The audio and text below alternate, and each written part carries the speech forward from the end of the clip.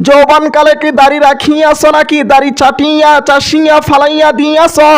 যৌবনকালে তুমি নামাজ পড়িয়াছ নাকি নামাজ ছাড়িয়া দিয়াছ? যৌবনকালে তুমি ওয়াজ মাহফিলের মধ্যে আসিয়াছ নাকি গানের কনসার্টের মধ্যে তুমি গিয়াছ? যে আল্লাহ তাআলার ইবাদত বন্দেগী করার যে সবচাইতে উপযুক্ত সময় হচ্ছে যৌবনকাল, সে ব্যাপারে একটা হাদিস শোনাই।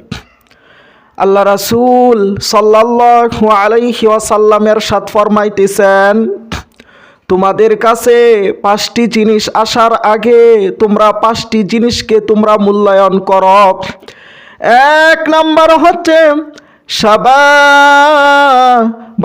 ক্বাবলা হারামিক, যে বৃদ্ধ হওয়ার আগে তোমরা যৌবনকালটাকে তোমরা মূল্যায়ন করো।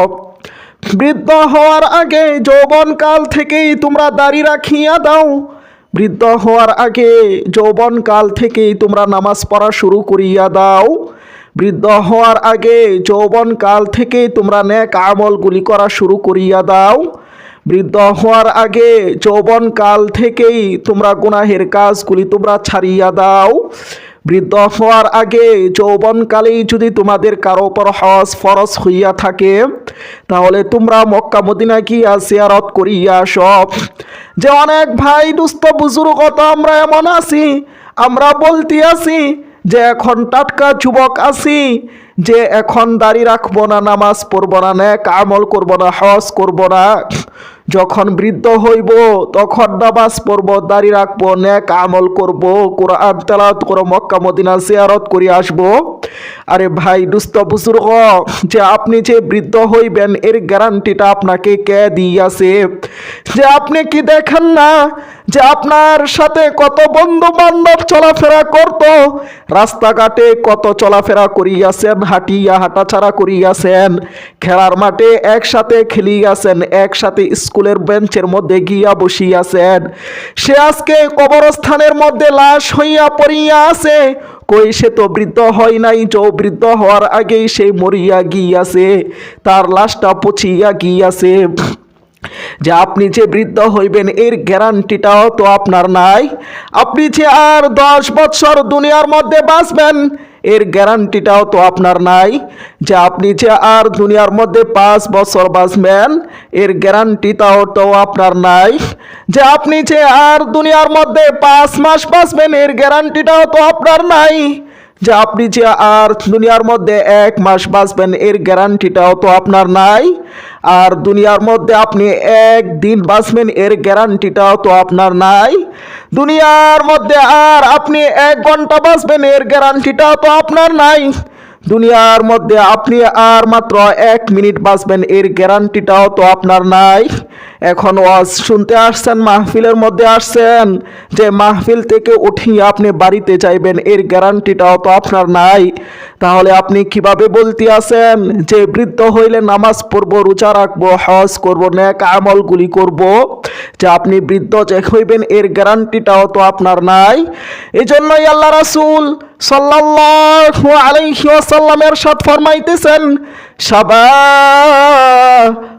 ক্বাবলা হারামিক, যে বার্ধক্য হওয়ার আগে, যে বৃদ্ধ হওয়ার আগেই যৌবনকালটাকে তোমরা ইবাদতের সবচাইতে উপযুক্ত সময় মনে করো।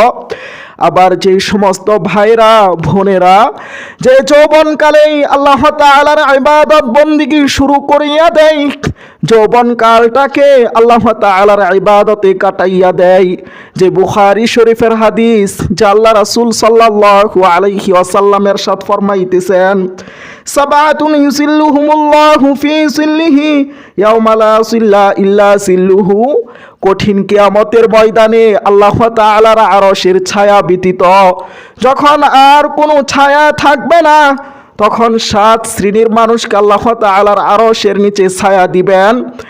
এর মধ্যে একটি হচ্ছে যে ওয়াশাবুন নাশা ফি ইবাদাতিল্লাহ, ওই যুবক যেই যুবক তার যৌবন কালটাকে আল্লাহ তাআলার ইবাদতে কাটাইয়া দিয়াছে।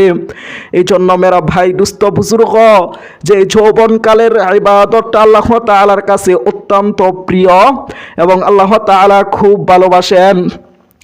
আবার যারা ভাবতে আছেন বৃদ্ধ হইলে ইবাদত করব, নেক আমল করব, যে আর একটা হাদিস আপনাদেরকে শোনাই, যদি আল্লাহ তাআলা আপনার এই যৌবন কালটার ব্যাপারে আল্লাহ তাআলা জিজ্ঞাসা করেন সে ব্যাপারে, তখন আল্লাহর কাছে কি জবাব আপনি দিবেন? যে আল্লাহ রাসূল সাল্লাল্লাহু আলাইহি ওয়াসাল্লাম ইরশাদ ফরমাইতেছেন, তিরমিজি শরীফের হাদিস, যে কঠিন কিয়ামতের ময়দানে যে আল্লাহ তাআলা প্রত্যেকটি মানুষকে 5টি জিনিস জিজ্ঞাসা না করি আল্লাহ তাআলা ছাড়বেন না। এর মধ্যে একটি হচ্ছে ওয়ান শাবাবিহি ফিমা আবুলা, যে যৌবনকালের ব্যাপারে আল্লাহ তাআলা জিজ্ঞাসা করবেন যে যৌবনকালটা তুমি কিভাবে অতিবাহিত করিয়াছ, যৌবনকালে কি দাড়ি রাখিয়াছ নাকি দাড়ি চাষিয়া ফালাইয়া দিয়াছ, যৌবনকালে তুমি নামাজ পড়িয়াছ নাকি নামাজ ছাড়িয়া দিয়াছ, যৌবনকালে তুমি ওয়াজ মাহফিলের মধ্যে আসিয়াছ নাকি গানের কনসার্টের মধ্যে তুমি গিয়াছ, যৌবনকালে তুমি কোরআন তেলাওয়াত শুনিয়াছ নাকি গান শুনিয়াছ, যৌবনকালে তুমি কি গুনাহের কাজের মধ্যে লিপ্ত হইছ নাকি গুনাহের কাজ ছাড়িয়া দিয়াছ, যৌবনকালে কি তুমি যত নেক আমলগুলি আছে এগুলি করছো নাকি গুনাহের কাজ করছো, সে ব্যাপারে আল্লাহ তাআলা জিজ্ঞাসা করবেন। তখন আল্লাহ তাআলার সামনে এই যৌবনকালের ব্যাপারে আল্লাহর সামনে আপনি কি জবাব দিবেন? এই জন্য মেরা ভাই দুস্থ বুজুর্গ, যৌবনকালটা হচ্ছে আল্লাহ তাআলার ইবাদত বন্দি করার সবচাইতে উপযুক্ত সময়, মুখ্য সময়।